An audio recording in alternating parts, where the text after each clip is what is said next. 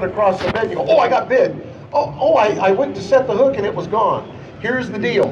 These fish will actually inhale the bait. That's the first bite you feel, okay? They'll inhale the bait, and then that second bite you feel is them blowing it out, because all they're doing is getting off their nest and blowing it out. So you don't want to take too long this time of year to want to set the hook when you're up in shallow water anyway.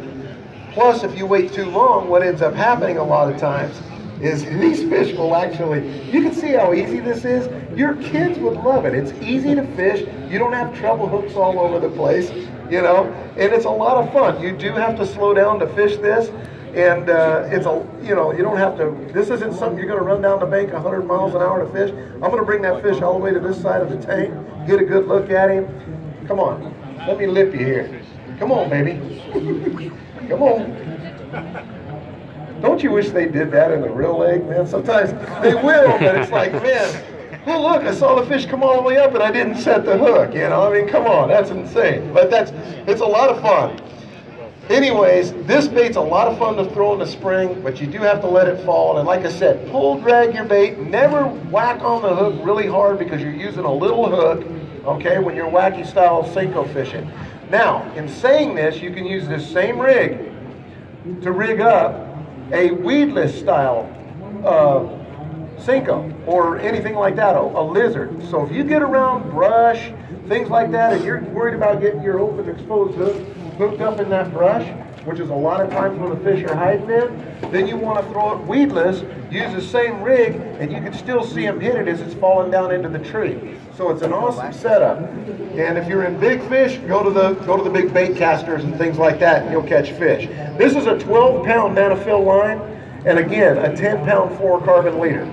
Something else that'll help you. I'm going to give you a few tips of the week real quick, okay? When you reel this in, the leader, I generally like my leader to be somewhere between, when I go to cast, for example, I like that leader to be right here. I used to use a uni to uni, but the Alberto knot for me is a little bit tighter, a little bit thinner. So I like that Alberto knot. You can get it on YouTube and practice it. It's a great knot to tie from your fluoro or your line to your braid.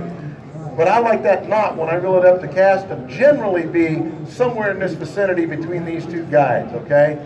That way when you cast out there, it goes through the guides nice and smooth. I don't like to reel my knot up into the reel a lot of times. Some guys do it and it works for them, but just psychologically for me, sometimes it gets hung up, sometimes, you know, I think it weakens the line, and I don't particularly care for it. But some guys do it all the time, and it works fine for them. Remember, fishing something, you know, I'm fishing something I'm confident in because I got confidence in how I do it. With that long of leader, with the long as the leader is, the fish really don't see the white line, they're looking at the bait. So that's something else to think about. Now, when they start moving shallow, as we've seen right there, another one of my favorite baits to throw is top water. When they start moving up, and I like the Rio Rico or the Rico. Now there's two different kinds. The Rico I would throw on a spinning outfit, okay? This is the Rio Rico, which I'm gonna throw on a bait caster. Now I use monofilament line with this, and the reason why I use monofilament line, it has a little more stretch. You got little tiny hooks that normally hang off this bait, and the monofilament will float a little bit. So what I love, until it gets waterlogged. But monofilament floats, fluorocarbon sinks. If you use fluorocarbon on this particular bait, your fluorocarbon line will have a tendency to want to, when you're letting the rings disappear, when you throw the bait out there, the top water bait, your fluorocarbon line and your very first initial pull is you digging it down into the water. So you don't want that. You want this thing to pop on top of the water, not dig down into the water. So that's why I use the monofilament line. I like green. You can get clear, but that's what we use. Normally on this, I'll use a 12-pound monofilament line. If I'm using the little Rico, you can go 8 or 10, and that would work, and use that on a spinning outfit. I throw this out there, and you can have a lot of fun with this bait. It's very versatile. You can let it sit there, and you can see how they'll go up and crush it. When it first initially lands, it looks like a minnow to them. Or when you see a fish sitting there, look at it, you can just give it little short twitches. Now this time of year, when those fish move shallow, they're not going to be really chasing a lot of stuff. So you're going to want to just give it little short pops, okay? And When you get into the season where you see them chasing shad and they're really active, that's when you throw it out there, you let it sit a minute, and I just start popping it in like this. Now you can see, I don't know if you can see it in the tank, but it'll actually spray, and it's really hard to pop it in this because I don't have enough length.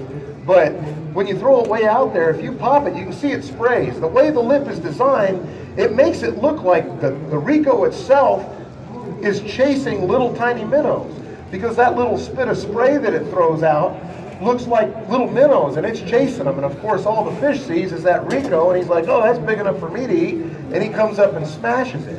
But it's a lot of fun to throw early in the springtime when they move up, and it's deadly when they're even on beds, because I'll throw it out there, and I'll let it sit there right over top of the nest, let it sit there, and sometimes they can't even stand it.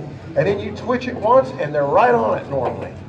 But it's hard to get a topwater bite in the tank a lot of times, but I'll tell you what, you'll have a lot of fun with this particular bait.